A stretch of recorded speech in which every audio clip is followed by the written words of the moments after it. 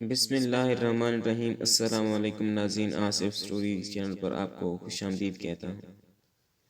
امید کرتا ہوں آپ سب خیریت سے ہوں گے۔ آج کی ہماری ویڈیو کا ٹاپک ہے حضرت حزقیل علیہ السلام کی دعا سے قوم کا زندہ ہونا۔ یاد باری تعالیٰ ہے کہ کیا تم نے انہیں نہیں دیکھا جو ہزاروں کی تعداد میں تھے اور موت کے ڈر کے مارے اپنے گھروں سے نکل کھڑے ہوئے؟ تعالیٰ نے انہیں فرمایا مر جاؤ، پھر انہیں زندہ کر دیا۔ بے شک اللہ تعالیٰ لوگوں پر بڑا فضل والا ہے، لیکن اکثر لوگ ناشکرے ہیں۔ امام ابن اسحاق رحمۃ اللہ علیہ نے نقل فرمایا ہے کہ وہب بن منبع نے فرمایا کہ جب اللہ تعالیٰ نے یوش علیہ السلام کے بعد کالب بن جوفنا علیہ السلام کو بھی فوت کر دیا تو بنی اسرائیل میں حزقیل علیہ السلام ان کی جان نشین بنے۔ انہوں نے ہی اپنی قوم کے لیے دعا کی تھی، جس کے متعلق اللہ تعالیٰ نے قرآن میں یوں ذکر فرمایا ہے، کیا تم نے انہیں نہیں دیکھا جو ہزاروں کی تعداد میں تھے اور موت کے ڈر کے مارے اپنے گھروں سے نکل کھڑے ہوئے تھے۔ امام ابن اسحاق رحمۃ اللہ علیہ کا بیان ہے کہ وہ لوگ ایک وبا کے خوف سے بھاگنے تھے۔ وہ ایک میدان میں مقیم ہوئے تو سب اللہ تعالیٰ کے حکم سے مر گئے۔ اللہ تعالیٰ نے ان کے گرد ایک باڑ بنا دی جس کے باعث وہ درندوں سے محفوظ رہے۔ اسی حالت میں ایک لمبا زمانہ گزر گیا، پھر ایک دفعہ حزقیل علیہ السلام کا وہاں سے گزر ہوا۔ آپ انہیں دیکھ کر بہت حیران ہوئے، تب آپ سے کہا گیا کہ کیا آپ کی خواہش ہے کہ اللہ تعالیٰ ان تمام لوگوں کو آپ کو سامنے زندہ کر کے دکھائے؟ آپ نے اس بات میں جواب دیا تو آپ سے کہا گیا کہ آپ ان کی ہڈیوں سے مخاطب ہو کر کہیں کہ گوشت پہن لیں اور رگیں اور پٹھے ایک دوسرے سے آ کر مل جائیں۔ آپ نے ایسا ہی کیا تو وہ سب اللہ کے حکم سے زندہ ہو گئے اور سبحان اللہ کہتے ہوئے کھڑے ہو گئے اور یہ کہنے لگے کہ اللہ تعالیٰ نے ہمیں زندہ کر دیا، اور پھر سب نے بلند آواز سے نعرہ تکبیر لگایا۔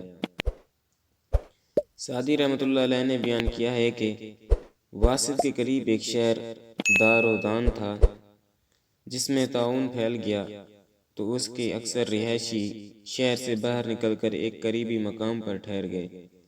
پھر شہر میں رہنے والوں کی اکثریت طاعون کی وجہ سے ہلاک ہو گئی اور باہر نکل جانے والے اس سے محفوظ رہے۔ جب وہ وبا ختم ہو گئی تو باہر والے شہر میں واپس آ گئے، اور شہر میں طاعون سے بچ جانے والے افراد نے کہا کہ یہ لوگ ہم سے زیادہ دانشمند اور فہم و فرست کے مالک تھے، اگر ہم بھی ان کے ساتھ باہر نکل جاتے تو بچ جاتے۔ اب اگر دوبارہ طاعون کی وبا پھیلی تو ہم ان کے ساتھ نکل جائیں گے۔ چنانچہ جب اگلے برس دوبارہ طاعون کی وبا پھیلی تو یہ تمام لوگ، جن کی تعداد تقریباً 35,000 کے قریب تھی، شہر سے نکل کر ایک مقام پر ٹھہر گئے۔ پھر ایک فرشتے نے وادی کے نچلے حصے سے اور ایک نے اوپر والے حصے سے آواز لگائی کہ سب مر جاؤ، تو سب وہیں مر گئے اور ان کے جسم وہیں پڑے رہے۔ پھر ایک لمبے عرصے کے بعد اللہ کے نبی حزقیل علیہ السلام کا وہاں سے گزر ہوا۔ جب انہوں نے اتنی بڑی تعداد کی بے روح لاشیں دیکھی تو حیران رہ گئے۔ اللہ تعالیٰ نے فرمایا کہ کیا آپ چاہتے ہو کہ انہیں آپ کی آنکھوں کے سامنے زندہ کر دیا جائے؟ آپ نے کہا جی ہاں۔ اللہ تعالیٰ نے فرمایا کہ انہیں پکاریے، تو آپ نے انہیں یوں پکارا کہ اے ہڈیو، اللہ کے حکم سے اکٹھی ہو جاؤ۔ آپ کا یہ کہنا ہی تھا کہ تمام ہڈیاں اڑ اڑ کر ایک دوسرے سے ملنے لگیں اور مکمل ڈھانچے بننے لگے۔ پھر آپ کی طرف وہی بھیجی گئی کہ ان سے کہو اللہ کے حکم سے گوشت پہن لو۔ آپ کی یہ بات سنتے ہی تمام ہڈیوں پر گوشت چڑھنا شروع ہو گیا اور اجسام میں خون کی گردش شروع ہو گئی، اور ان کے اجسام اپنے اپنے اس لباس سے ڈھک بھی گئے جو مرتے وقت انہوں نے پہن رکھا تھا۔ پھر اللہ کے حکم سے آپ نے ان سے کہا کہ اللہ تعالیٰ تم سب کو کھڑا ہونے کا حکم دیتا ہے، تو وہ سب زندہ ہو کر کھڑے ہو گئے۔ حضرت ابن عباس رضی اللہ تعالیٰ عنہ سے مروی ہے کہ حضرت عمر رضی اللہ تعالیٰ عنہ شام کی طرف روانہ ہوئے۔ جب آپ مقام سرگ پر پہنچے تو فوج کے سپہ سالاروں یعنی ابو عبیدہ رضی اللہ تعالیٰ عنہ اور دیگر حضرات نے آپ سے ملاقات کی اور بتایا کہ شام میں طاعون کی وبا پھیلی ہوئی ہے۔ حضرت عمر رضی اللہ تعالیٰ عنہ نے مہاجرین و انصار سے مشورہ کیا تو مختلف حضرات نے مختلف آراء پیش کی۔